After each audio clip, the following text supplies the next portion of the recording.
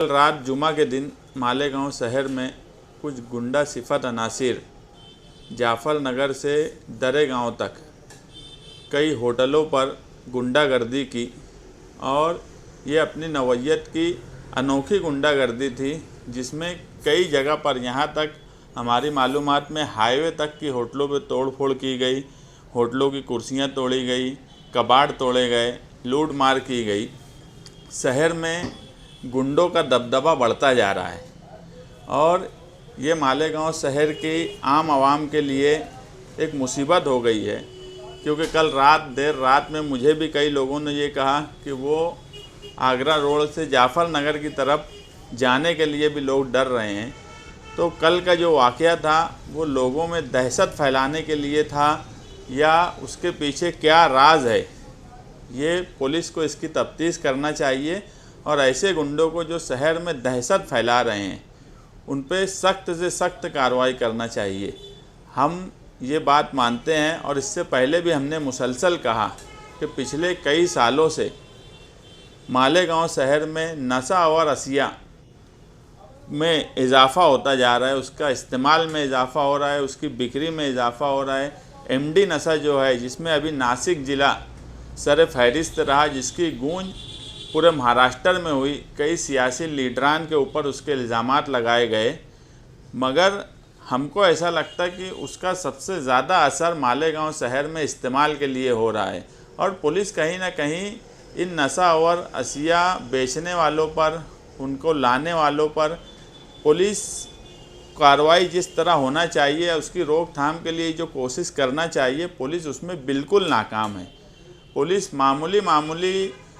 गुटके के मामले में कार्रवाई कर रही है, अच्छी बात है, मगर जिससे पूरा समाज, जिससे पूरा शहर, जिससे एक नस्ल ख़राब हो रही है, ऐसे अनासिर पर, ऐसी जो एमडी और दूसरे नशा और अशिया है, जिससे समाज के दूसरे लोगों पर नुकसान होता है। गुटखा एक ऐसी चीज़ है कि जो आदमी खा रहा है वो उसी को भुगतना है, मगर एमडी का नशा हो गया, दूसरे नशा और अशिया हो गए, इससे समाज को भुगतना पड़ता। और ये यही वाक़या है। पीछे भी आप एक मर्तबा देखे होंगे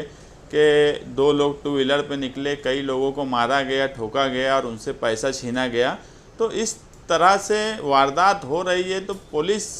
की नाकामी ही इसको माना जाए कि पुलिस का डर जिन गुंडों पर और दहशत फैलाने वालों पर होना चाहिए वैसा नहीं हो रहा है। मुसलसल 1-1.5 घंटा गुंडागर्दी चलती रही कल रात में, गरीबों की होटल पे नुकसान हो गया। तो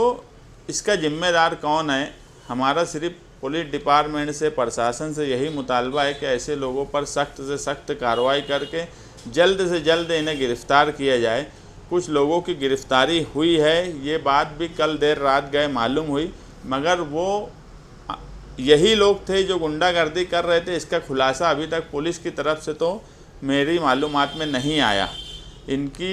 अगर इनको पकड़ा गया है, जिन लोगों ने कल गुंडागर्दी की, ये कोई छोटा वाक़या नहीं है।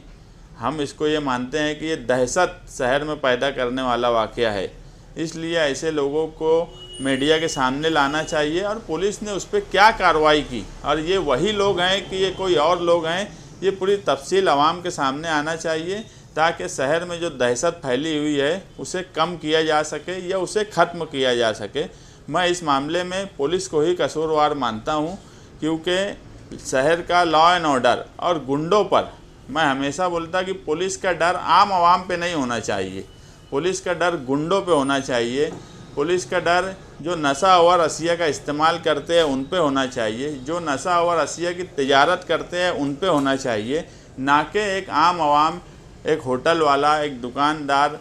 एक साइकिल पर चलने वाला, एक फल्ली बेचने वाला। इन लोगों पर पुलिस का डर नहीं होना चाहिए, लेकिन जिन पर पुलिस का डर होना चाहिए वो फ़िलहाल नहीं दिख रहा है।